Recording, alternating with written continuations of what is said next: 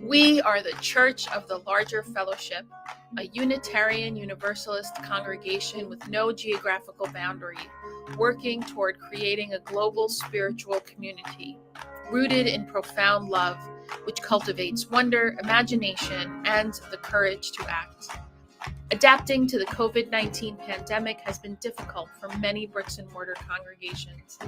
Early on in the pandemic, we were in a unique position to assist many congregations with the transition. We hosted special episodes of The VUU, provided advice and counseling to religious professionals, and trained congregations for live streaming worship, all while providing robust online programming for our members. From worship to covenant groups, from classes to pastoral care, and from our monthly magazine to our letter writing ministry, we have found ways to build connection and community even through the screen. We have been a model for ministry on the margins, providing services for isolated Unitarian Universalists, becoming a spiritual lifeline for our members in prison, and investing in innovative ministry. We know better than anyone how deep and meaningful connections can be formed even from a distance. Unitarian Universalists have faced many challenges in these times, and we continue to persevere and to fight for justice and equity for all people, especially during moments of crisis. We are proud to be a leader in this faith movement, and we invite you to get involved in our ministry. We strive to be a place where anyone from anywhere can find spiritual refuge anytime they need it. Welcome to the Unitarian Universalist Church of the Larger Fellowship.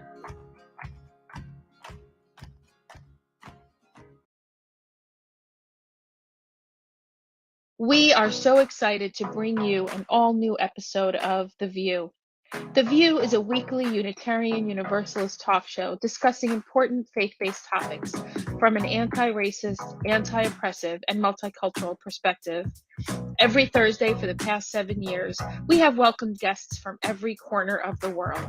Our guests are writers, scholars, activists, and religious thought leaders who are shaping Unitarian Universalism and society for the 21st century and beyond. I hope today's show inspires you. Hope it builds your faith. Hope it gives you perspective to see the power of Unitarian Universalism at work in your life. Enjoy the message.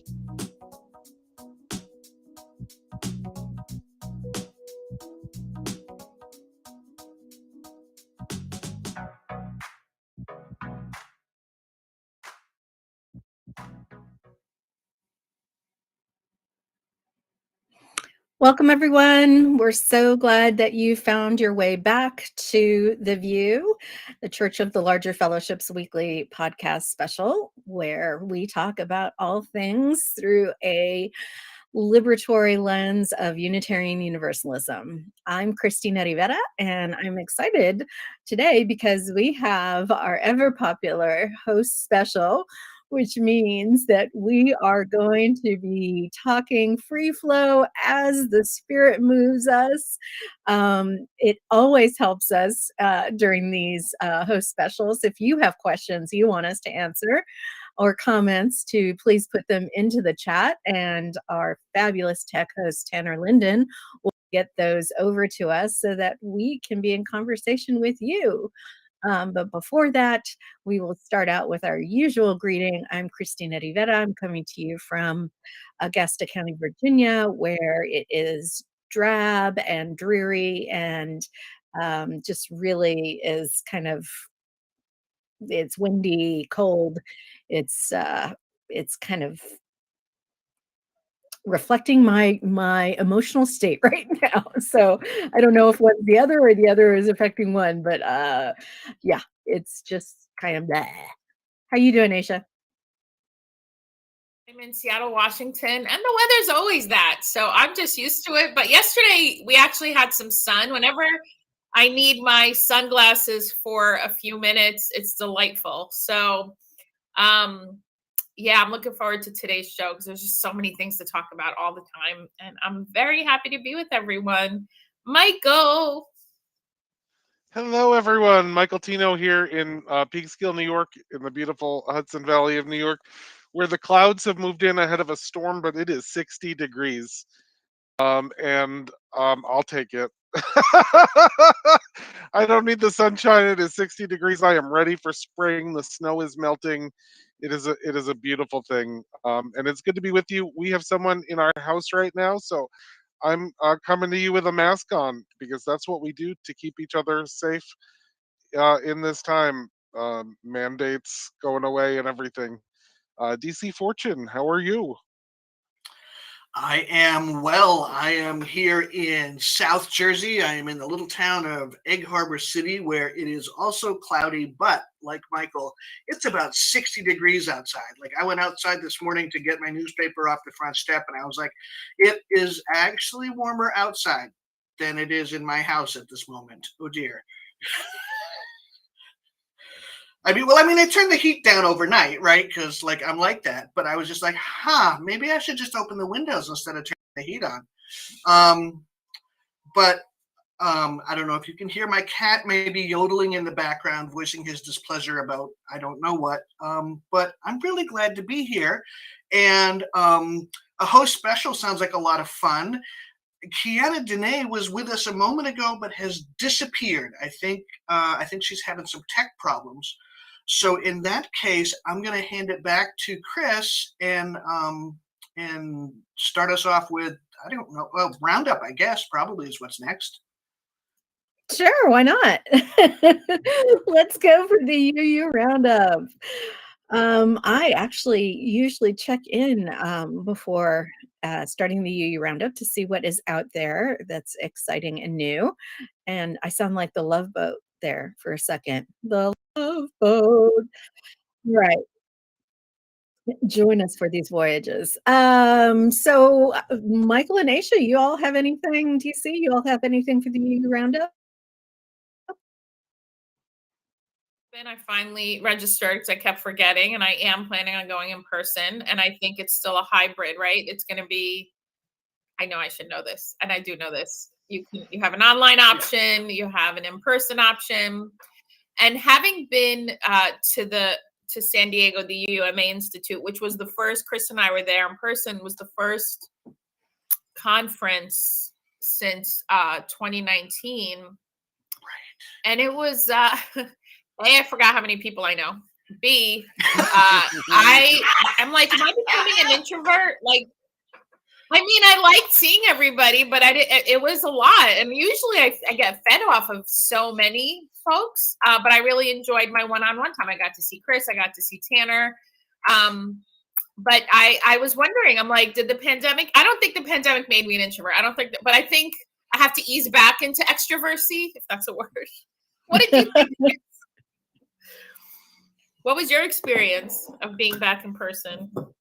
It was, it was surreal. It really was. I felt like I was really ready to see people again.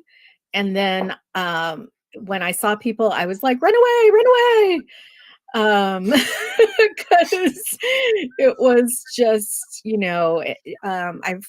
I guess I never knew or had forgotten how much effort it takes people. Like it's a lot of spiritual and personal energy to people with people. And so that was kind of surprising that whether I just didn't know that or didn't recognize it, or it's been so long that I've forgotten it. But I was really surprised at like how fatigued I could be, not at the end of the day, but like after an hour of peopling. I was just like, wow, this has been great and I need a break. It was also, I will say, very interesting to see people's lower halves. Like, I've just been so used to seeing this part of people that all of a sudden, like, I'm seeing the full outfits, I'm seeing shoes, I'm seeing, who wears dresses and skirts and pants again. And so that was delightful. Same height. We're all the same height online. right? So We are. That's true. which is like radical and equalizing and beautiful, but it does miss out the beautiful diversity of our community a little bit. Yeah, people were again surprised at how short I am. Like all over. Like people who know that I am under 5 feet tall, all of a sudden we're like, "Oh my God, you're so short!" And I'm like, "Yeah, You're so No, big in that box on my screen. I've been this short for a really long time." That's I hilarious. know I am like totally psychologically not ready for this, and I'm glad that GA is in June. That I have like 4 months. I have my housing. I have registered. I don't have a plane ticket yet, but I have 4 months to like actually get ready for this. I am so looking forward to the CLF staff all being together for the first time in our co-ministry. Yes. Which is like super exciting because nothing's happened. The Boston office has been closed the entire time that we have been the lead ministry team of CLF. That's right. So this GA will be the first time whole staff will be together. What if you all get together and decide you don't like each other? I mean, we like each other on Zoom, and I think it's harder to like people on Zoom. I mean, on Zoom, it's like easier to tune out. So if I like somebody on Zoom, I have found that's fair that I actually like them more in person, because Zoom is, I'm like, I tune out. I don't tune out, never. I always 100% of the time pay attention. Then you are unlike any other person I know, because I'm totally right. I have found that if I'm on Zoom, I need to be doing at least one other thing, unless I'm presenting, right? Right. But it's just, I don't know why, it helps me focus. So it just I bet we have a new, like, I don't know if it's like the fidget spinner. I bet we have a new appreciation for knitters when we're back in church in person again. People like you know what I'm talking about, right? The people who knit, and there's like people have strong opinions about whether you should or shouldn't knit during. Oh, shut up! During the pandemic, we all have to. Oh, please! We all have had to figure out how to focus when everything's crazy, and this is right. People who do stuff with their hands, to help center their brain. No, I've always appreciated the knitters, because for some reason, I guess I thought that they were paying more attention because they were knitting. Yeah, so I've never thought of it from there's people who don't like the people that are knitting. That literally, I can't wrap my mind around that, and it is like I'm going. It's so like, you know what it's like. One time at a brick and mortar congregation I was at, there was an older white woman who complained about a child on the rug in the front moving too much. I said, I didn't hear them, a child. And they said, oh no, they weren't talking, they were moving and distracting. You can move your face. Like, you don't need to look at the child who's expressing themselves quietly. I mean, even if they were doing like a freaking liturgical dance the entire hour, like they're a kid. They want to. What in the world? Like, I couldn't. It's like, I can't, like, and especially UUs, we're so thinking we want to be.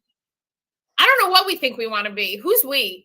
That's what made me think of when you said there's people who complain about knitters who are sitting there quietly creating something beautiful. Like, this is where I just want to like flick people in the forehead, which I know isn't nice, and I wouldn't do it, but I think about it. I think we should bring back smiting. You can do that in person. You can't. I can do it in Zoom. People in the forehead on Zoom. I can. That's true. Well, I mean, that is so true. I see this also in a generational thing with people who are busy on their phones, right?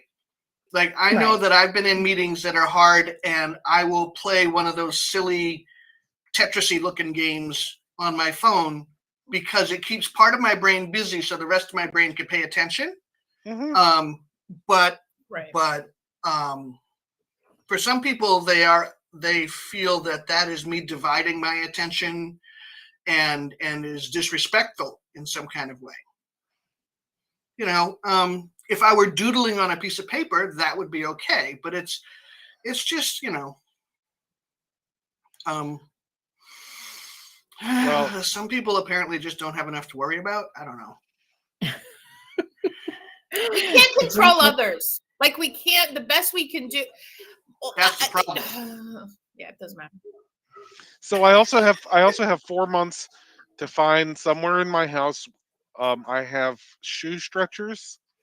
You know those things Yes. that you hang Uh-huh. because like my pre-pandemic shoes don't fit my big fat feet anymore, and I have a really fabulous pair of shoes to wear to GA that actually coordinate with a fabulous pair of shoes that Chris owns and a fabulous pair of shoes that Aisha owns. And I need to get them on my feet in June, so I have 4 months to stretch them out. I need to remember to bring them. I need to put them on Yeah, my really. calendar. There are special fabulous. shoes? I have them Oh. on display, so I'm just going to get them for our viewing audience. Oh, please do. Oh, What, these yay. ruby slippers or some These- shit? What? Oh, Dawn. Mine are metallic turquoise with flowers on the side. What? Oh yeah. Let's see if we can. Oh, that's gorgeous. Mine aren't even that exciting. Now I feel like I need to buy another pair. Mine are black with flowers. I guess I can go get them. Holy cow, I look feel at like the it. sole Oh of my that gosh. thing. Oh my god, that's amazing. I wouldn't dare wear Looks those anywhere Gorgeous. for fear they'd get dirty or scuffed. Also, I would get a nosebleed up that high, but you know. I found they're not too high and they're chunky because I can't do like really spiky heels. And but I found them at a thrift store and I was very excited and I bought them and I brought them home and I researched them and they're like way more than I would ever pay for shoes. But I really like that website now. Who's the maker again? I'm constantly like, For those. it's irregular. What are they called? Irregular choice. Yeah, For irregular people choice. listening, they can Google them. They have a lot of Yeah. really fun options. It is. It's a lot of fun. There's a lot of like, you know, the heel has water in it and like, you know, plastic fish floating around Oh and my god. yeah, it's Yeah, they it's a queer don't person's actually. dream. Like let's name it at first of what it is. Like I'm so happy to have found it. And it needs to be a lot less expensive. I don't But think that's okay. they make shoes to fit my feet anymore. So I Oh. wound up getting them like off of some used shoe something. I don't even know what. Oh. I also found them on sale. Same brand, and Yep. mine are flats. They're basically the shape of Doc Martens, I Oh, love it. nice. but I can't wait. they're metallic turquoise with pink flowers on the side. That's awesome. Oh my God. It Like is I fabulous. I feel like totally out of the shoe game. I was saying to a friend the other night, I'm like, I own like 4 pair of shoes. We'll hook you up, DC. We'll get you there. So Oh, man, friends, so- I as just the universe turns, my propane delivery has just arrived. Of course it is. About 5 minutes after my husband has left. You're Because gonna that's the leave way us that's the unsupervised? way it works right now in our lives. So I'm going to leave it to you all three to chat for a minute while I go and talk with the propane All people right, you'll because see. we do want to keep warm. Right? Yes. Yes. All right. So she's leaving us unsupervised, folks. What do we do? Well, we could talk. We could start with the topic that we had left open Yes. from last week. Last week we were talking about the different barriers that exist to people getting adequate health care in the COVID era. Mhm. That's true. And misogyny, racism, and fat phobia are 3 huge ones in the Mhm. medical establishment. people don't get believed when they come in with symptoms. Yep. People, those of us especially who are fat, get our weight blamed for whatever symptoms we have. I mean, there was a time, I might have talked about this on the View at some point, but I had such pain in my left pinky. This knuckle in my hand Okay. hurt so much that I could barely think. Like it was Ugh. like it was so painful. I couldn't bend it. I went to the doctor and she said, you need to lose weight. In And your I said, pinky. it's my pinky. It's like I don't walk on my hands. Like if I came to you at this weight and I said my ankles hurt, like you might have a case. Right. And she sent me away. The doctor sent me away saying you need to lose weight. And as it turns out, I have rheumatoid arthritis that went untreated for the next 5 years.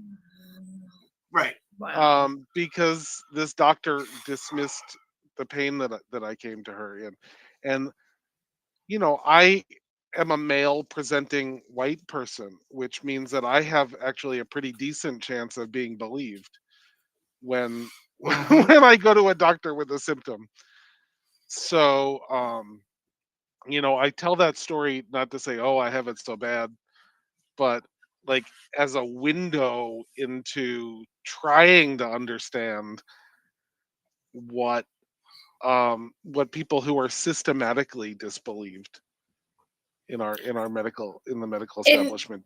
It is so, and how little doctors really know. There's a book by Barbara Ehrenreich, and the name is going to escape me, but it was written in the last 5 or 6 years about she got breast cancer, and she was intimately involved with the medical. I mean, we all are to some extent, but she writes, then she does like research about how a lot of doctors are knowledgeable, but they're not as knowledgeable as we want them to be. So I had a hysterectomy in 2018. And one of the things, one of the surgeons was a Black woman, and now they put me, like, they sedated me before they took me back. And I was so happy. Like, I think she thought I was just, well, she probably chalked it up to the drugs. Anyway, I was like, I'm so happy. So what they said was, I only probably, because I had fibroids, which is why I had my hysterectomy, only had one functioning uterus my entire life. And I'm like, most people how did only I get have one functioning ovary? I met Jesus. I'm like, I meant one ovary because we have 2 ovaries. Yeah. Technically, those with uteruses, people with uteruses usually have 2 ovaries. Right. Only one of the ovaries that I have was working, and I had severe. And mind you, I would have told you I had great medical care my whole adult life. Not as a kid, because I was poor and we were on welfare. So I'm going, and I had severe, and I'm like, how did? And she goes, that's probably why it took you a long time to get pregnant. It is so astonishing to me that I had so many ultrasounds, that I had so many, and it wasn't until I was in my late 40s removing said uterus that they said, oh yeah, no, probably you only had one functioning ovary my whole life. And it wouldn't have surprised me if they said something like, oh, that you must have been in incredible pain from that for a long time or something like that. Because I've known people who've, had surgeries and, got comments like that from the doctor. And it's like, yeah, I've been in pain and have told doctors about it, and nobody's listened. Yeah. Nobody's listened. Yeah. Because they're guessing, and they don't want to admit they're guessing, and they don't want to admit that actually we can work together to find out what's happening with us, because we get treated like we don't know our own bodies. Hello. Yeah, so and that's the thing. It's all, actually, I'm going to try to look up the name of the book. Yeah, I had that sort of experience this past week. After last week when we were talking with, remind me of the name again? Rhiannon, right? My brain just won't remember that. Rhiannon talked about having acute onset arthritis after COVID. And I've been having similar symptoms. I made an appointment. I went to see my doctor, and I said, like, I've worked in the building trades for a good part of my life. Like, I know what my body feels like when I overwork, right? I know what sore muscles feel like. I know what it feels like when I hurt myself. And this is not that. And the doctor said, oh, well, you've gained some weight, so you should lose weight. And I'm like, okay, what's the next thing on your list? right? and then I said to her, this is the thing, like every fat person fears hearing. And we hear it all the time. And I'm really not feeling heard right now. And it didn't change. It didn't change. Well, I finally got a doctor who sent me to a rheumatologist, and the rheumatologist felt my hands, like just with her gloved hand, and could feel the inflammation in my joints. And she's like, "Oh my God, we have to get you to blood work and X-ray right now." She's like, "Do you have time?" She's like, "Do you have time to get the blood work and X-ray at the hospital across the street?" Wow. Yes. I said, "I have all the time in the world for actual medical care." Yeah. I was really frustrated, and I was speaking with somebody I know who is a medical doctor, and I shared my experience, and she said, and this is interesting, she's like, doctors right now, and she's like, this is not excusing that you got poor treatment. She said, but we are so overwhelmed, and it's easy to feel defensive when people come in with evidence from Dr. Google, or from, some right-wing whatever website. Yeah, please give me ivermectin. Exactly. Yeah. Can you give me the horse dewormer, please? And she's like, and we don't know. Like, there's only so much we can do. The stuff is changing every couple of minutes, and we're trying our best, and people are mad because we're not doing the right thing, but we don't, like, it's a moving target. And like, okay, I get that. And, listen and don't be an ass, right? That doesn't seem like it's, but for all I know, I was the 20th person that came in that day, having done research on Dr. Google and had all sorts of ideas about what might or might not be wrong. So. Yeah, I mean, healthcare providers, we should be clear, healthcare providers are also eaten up by violent frontline workers. Capitalism. Right. They just often get paid. That's exactly well. right. But only some of them get paid well. Right. Let's be clear on that. Right. Yeah. The ones in traditionally male-dominated fields. But I know plenty of doctors and nurses who have been ground to nubs, especially in the pandemic, by the demands of profit. Yeah. Well, yeah, and yeah, so and they're not allowed a half hour to meet with a patient. They're scheduled 10 patients in an hour because the insurance premiums and copays and all that other stuff, in order to support the infrastructure of the establishment, they have to see that many patients in an hour to get the income to support the thing. Yeah, we have a viewer, Stitch, says, as a person dealing with recent health stuff, I find specialists seem to be less likely to default to the weight loss cure than primary care physicians. And it's true. It's true. It just, many of us have insurance plans that require our primary care physicians to refer us make a referral, to the specialists to actually get that. And so it's a blockade. And once I had a doctor who said, "Oh, you need to get to a rheumatologist," the rheumatologist took me seriously. It's absolutely true. Right. Yeah. Yeah. I've also found I try to find women's health centers, people with uteruses. But in Seattle, I am really grateful to have options of much more inclusive, especially reproductive health care, than I would in other places that are sex positive, trans inclusive. It's not across the board, let me be clear. It's not all of Seattle, but you can find folks for whom they are specializing. And so, and it does take research and being our own advocates, because the book is by Barbara Ehrenreich, Natural Causes, an Epidemic of Wellness, the Certainty of Dying and Killing Ourselves to Live Longer. So one of the things, I mean, she's talking as a whole with this country's obsession with not dying and youth, but she also talks about doctors and how little, it's not that they know little. I'm not, my point isn't to disparage doctors. I think I will say growing up, my mother, especially in the United States, she's an Egyptian immigrant. I'm an Egyptian immigrant. Whatever the doctor said was sacrosanct. And, they did a lot of damage and it wasn't helpful. So when you get older and you realize like, oh, wait a minute, they're people too, and they can make mistakes. And yes, they have a specialty and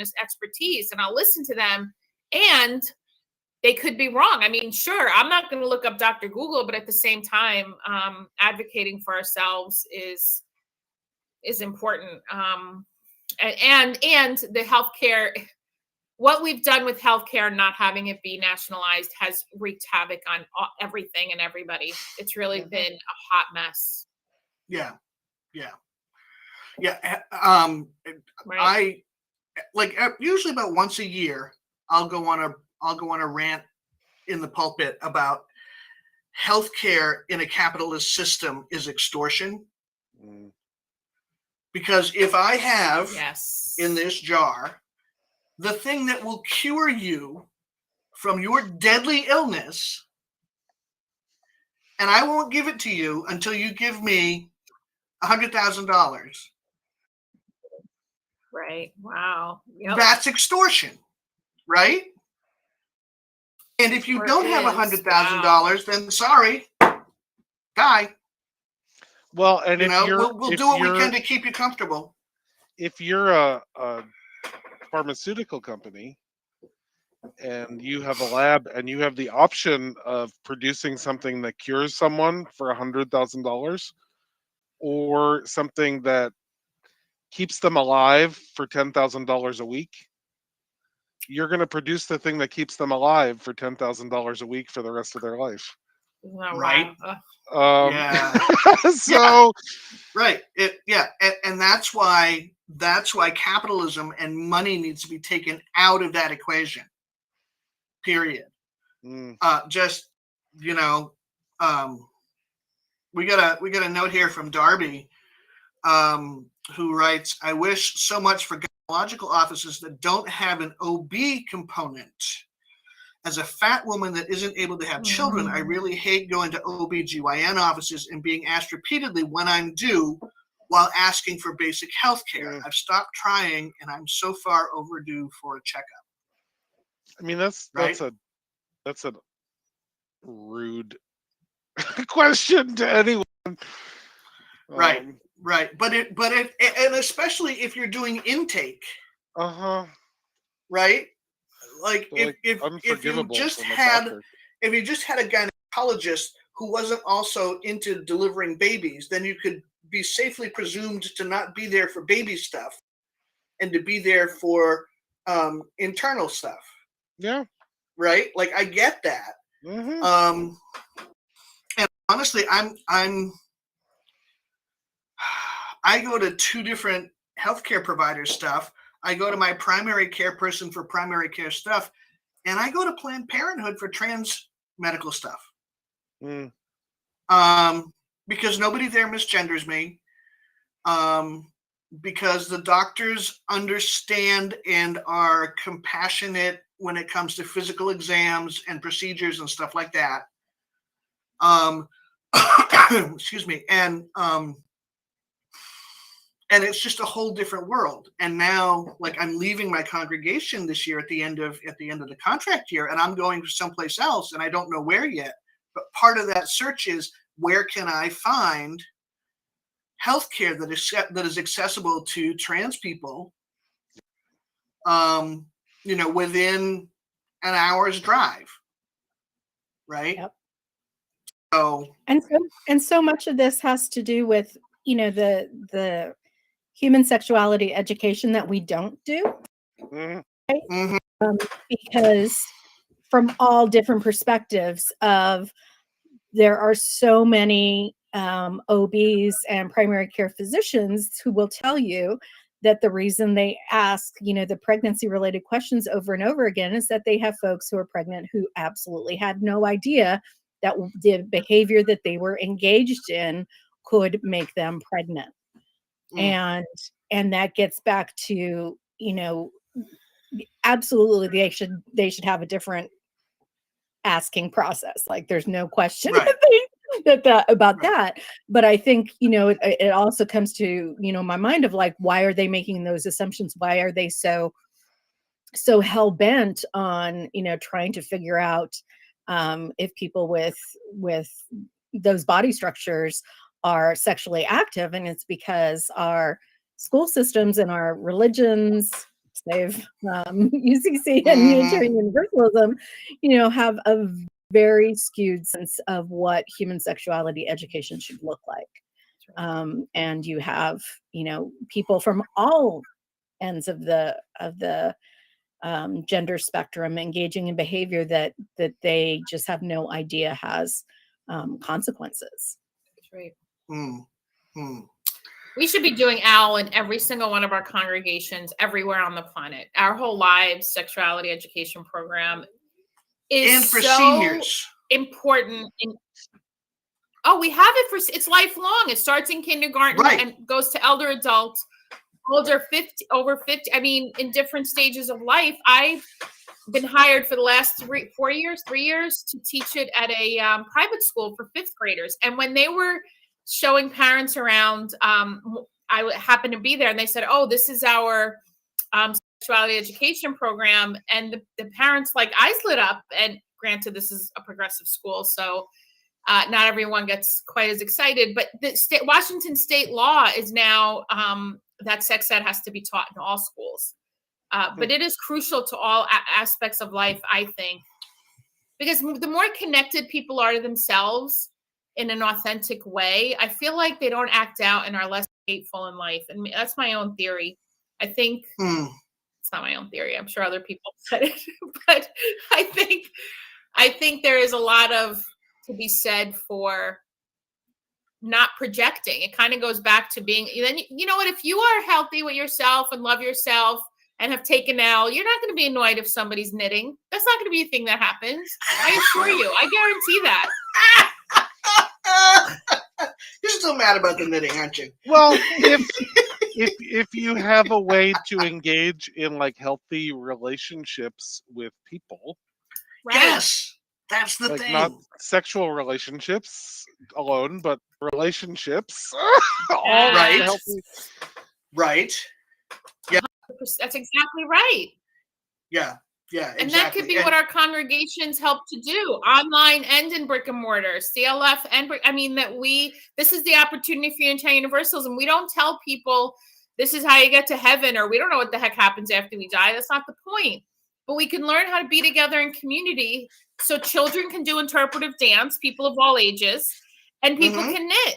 And we don't have to make comments about it and be ridiculous. Right. Or you approach it with curiosity. I wonder, I've noticed you knit a lot in church. Why is that? And someone might say, "Oh, it helps me concentrate." Oh, well, thank you so much for sharing that. Right. Let's move on with our day. Being Right. sweet. Or yeah. Yeah. Yeah. Can people be sweet like me? Oh, geez. Oh, yes. Oh my God. Yeah. Yeah. Oh man. I want to give a shout out for Braver Wiser, the weekly Unitarian Universalist kind of spiritual message that can land in your inbox. I'm sure Tanner will put the link into our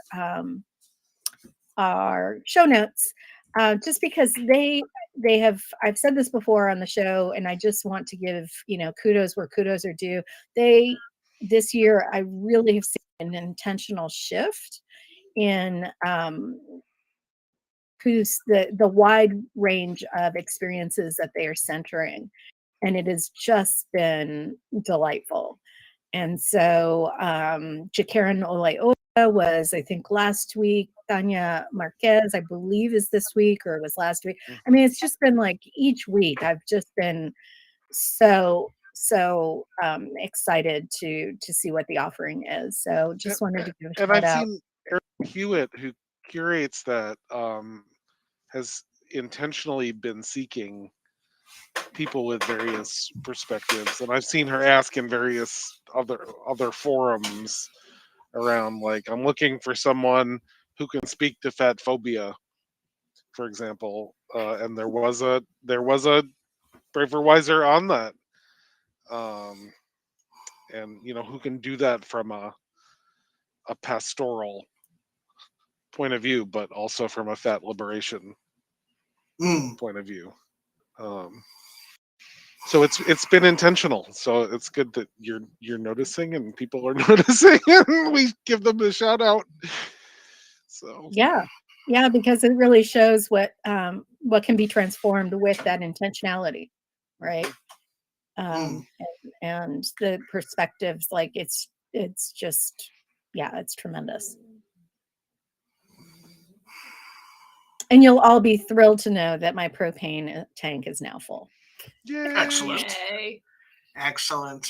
Because I know you were worried for me. We were So not speaking of, worried as much as we just wanted you back. So Penzie, this mug is from Penzie's Spices, and Penzie's Spices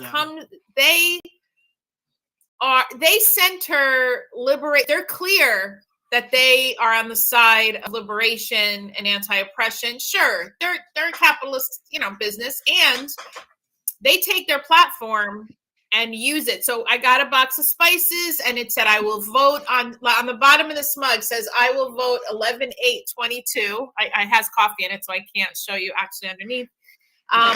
They had a box of spices called January 6th, and then one of the jars said justice, and then it had a card about the insurrection.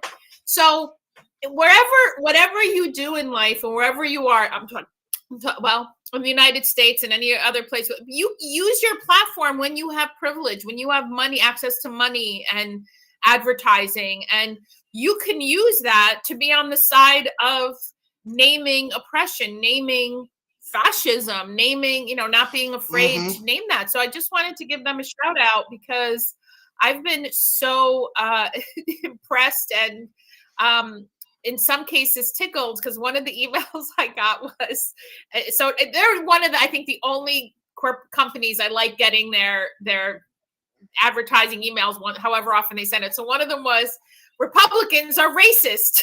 So I'm like, what? And buy this spice. Yes. Well, now I have to buy that spice because I heard that statement. So. Right. Yeah. Yeah. Bill Penzie pulls no punches, and in Wisconsin, that's a big deal. It's and funny. Their Maybe there's spices something are about fabulous. Maybe it's something about really good spice companies. But there's a woman of color owned spice company based in Sacramento called the All Spicery that competes for my spice buying dollars. Thankfully, I cook a lot, so I have to. What's it called? What was it called? Now I have to do that too. Now the All Spicery. There it is. I found it. And it's right across from the state capitol in Sacramento, California. So she competes with Bill Penzie for my spice buying dollars, because do I want to support his message, or do I want to support her existence? And wow, this is awesome. Wow. Yeah. Oh man. She All also right, has this is she good. also has great spices. Yeah, I'm gonna have to look them up too. But it's just, I mean, the whole thing is we have agency, right? When we were when I was at the brick and mortar, we taught kindergartners, preschoolers. You have agency to make choices. Caveat, under the auspices of where you are in terms of your privilege and station and what you have, all of that, yes. And when you do have that privilege, then we have the responsibility to speak up. Oh, that's so cool. So yeah. Viva liberation.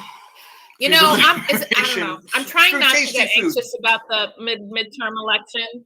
I'm trying not to get anxious about it because I don't want to. I don't want to get anxious about one more thing. Is that selfish? No. Remember. Go ahead, Chris. No, it's not selfish. It's like there is a serious bandwidth limit to our emotional well-being at this point. And we're telling folks, if you need to set something down, that's absolutely fine, just as long as you pick it back up. Right? You help somebody else pick it back up, or you make plans for picking it back up, or whatever. I'm sure there's a non-ableist way of doing this as well. As I'm just talking about this, and I will find it and report back to you all. But in the meantime, being able to have respite is important. I was just on a call yesterday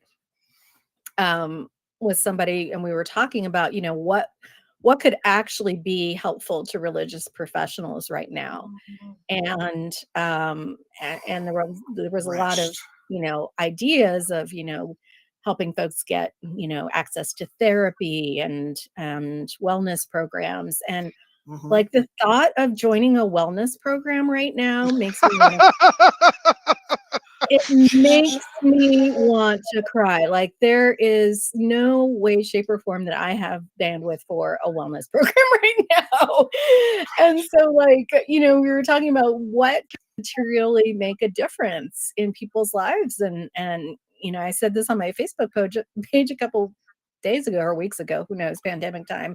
I was like, what if we had a respite team of religious professionals who could, come in and break an administrator for a week or two, or break a religious educator for a week or two, so that it wasn't, this huge ask to try and ask your community. My experience in congregations and bricks and mortar congregations is, as a religious professional, if you want to ask for time off, you have to then do all the effort to provide for what happens during your time off. Right. And all the coverage. That doesn't feel particularly restful. And how lovely it would be if there was an administrator who would just come in and sit in my administration chair. And sure, they wouldn't be able to do everything that I could do. Maybe they couldn't issue a check, but they could run a report, they could answer the phone, they could give out information as to where the local food bank is, and a religious educator could come and sit in my chair and put together a couple of one-off programs that would be wonderful for our community for a couple of Sundays while I took a break.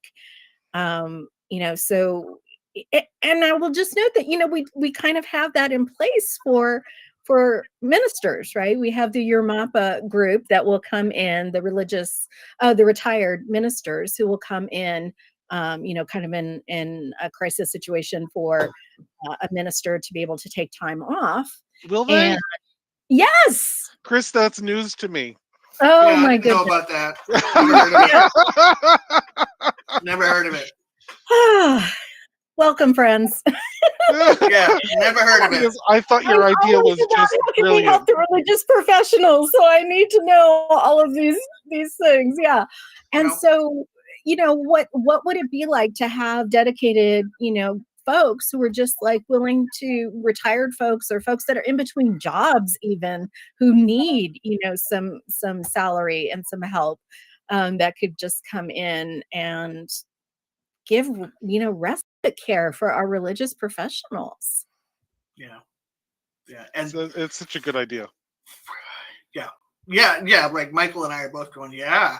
Mhm. Like last year, my stress level was so high and my depression was so bad. I ended up taking a 6-week leave of absence. And I did that by wringing every extra hour I could out of my allotted sick time, vacation time, study time, and then borrowing a week from this year.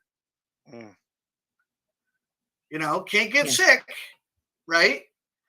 And then my good officer arranged worship coverage from volunteer ministers who offered to fill the pulpit while I was home crying under the couch. Like I had no idea there was such a thing, Chris. No idea. Yeah. No. I'm not sure how widely it's used and like what the criteria are, but we need to find ways that, in the same ways that when we talk about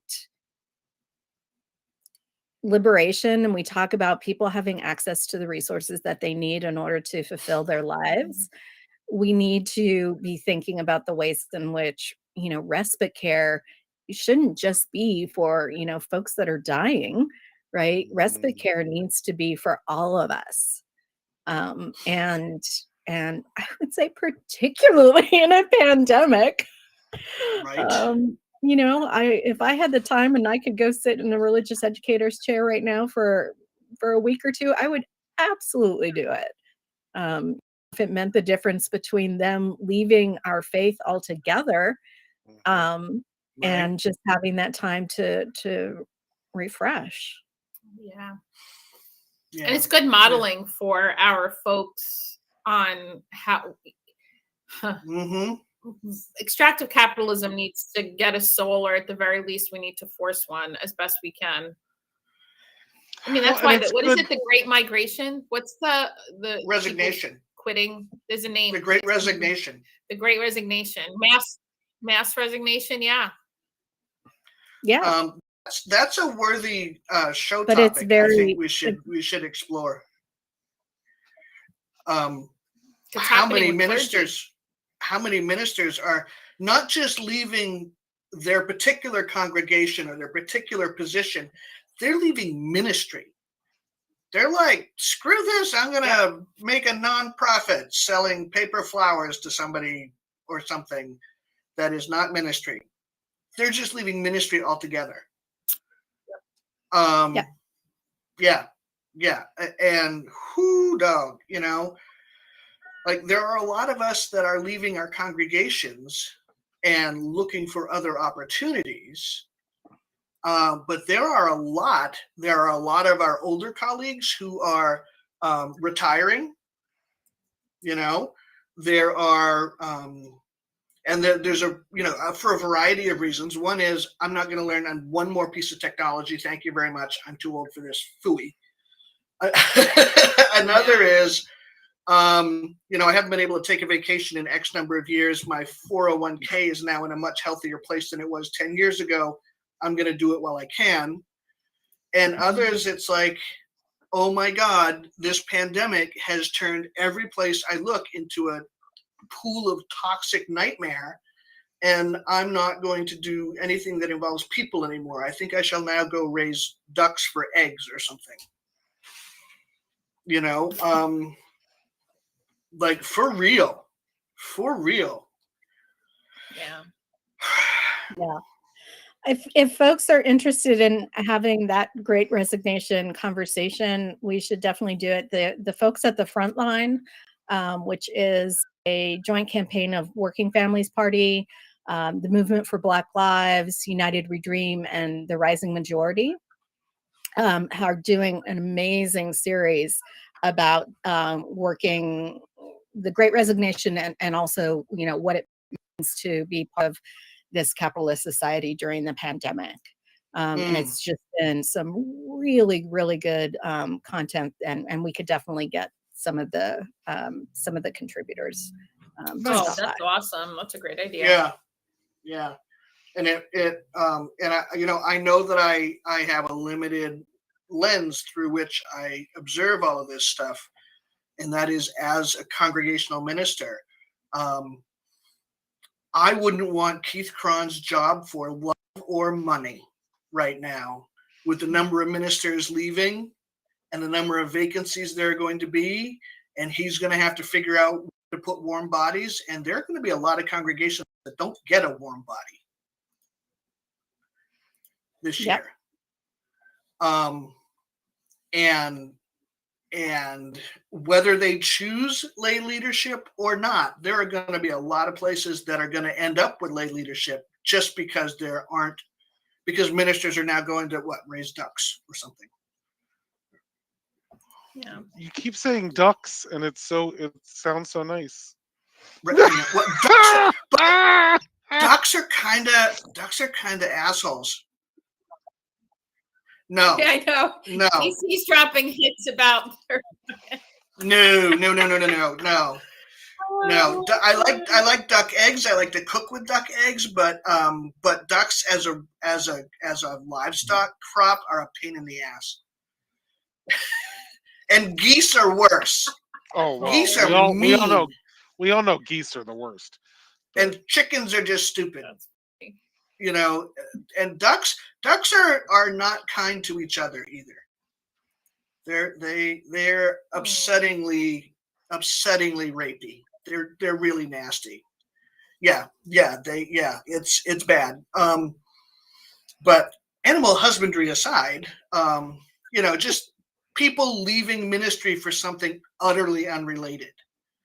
Like I have a cousin who's been a realtor for 20 years, and I don't know whether it's a midlife crisis or just pandemic mixed with a bunch of other stuff. He quit his job. His wife left him. His dog died. He quit his job, sold his house. He's going to Africa to volunteer, learning how to farm and helping people because he wants to do something meaningful. He doesn't care if he ever sells another house in his life. Wow. Right? So, people are fed up.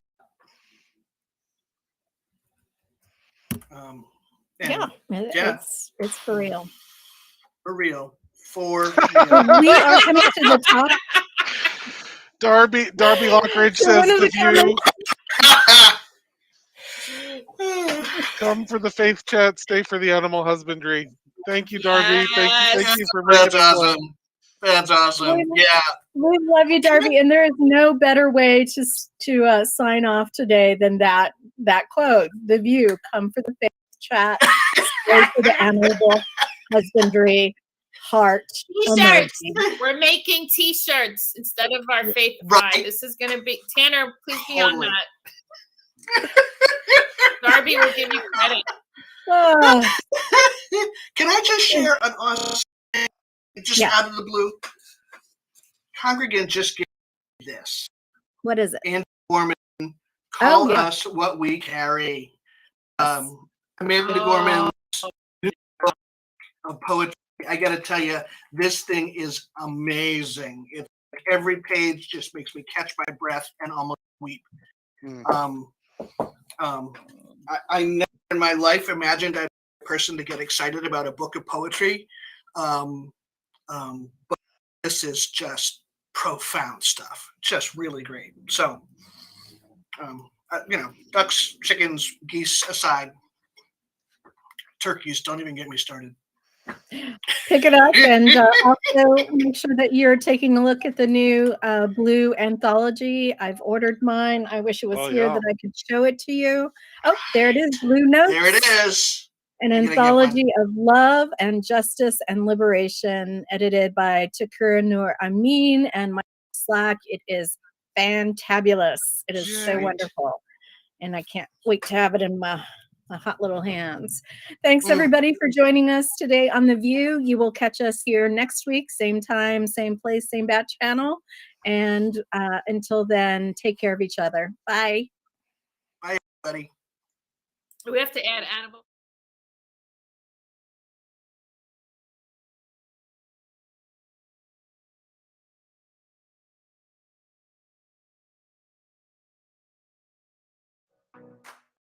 Thank you for joining us. Special thanks to those of you who give generously to this ministry. It is because of you that this ministry is possible. You can click the link in the description to give now, or visit CLFUU.org/give for more information. We hope you will join us next week for another episode of The View.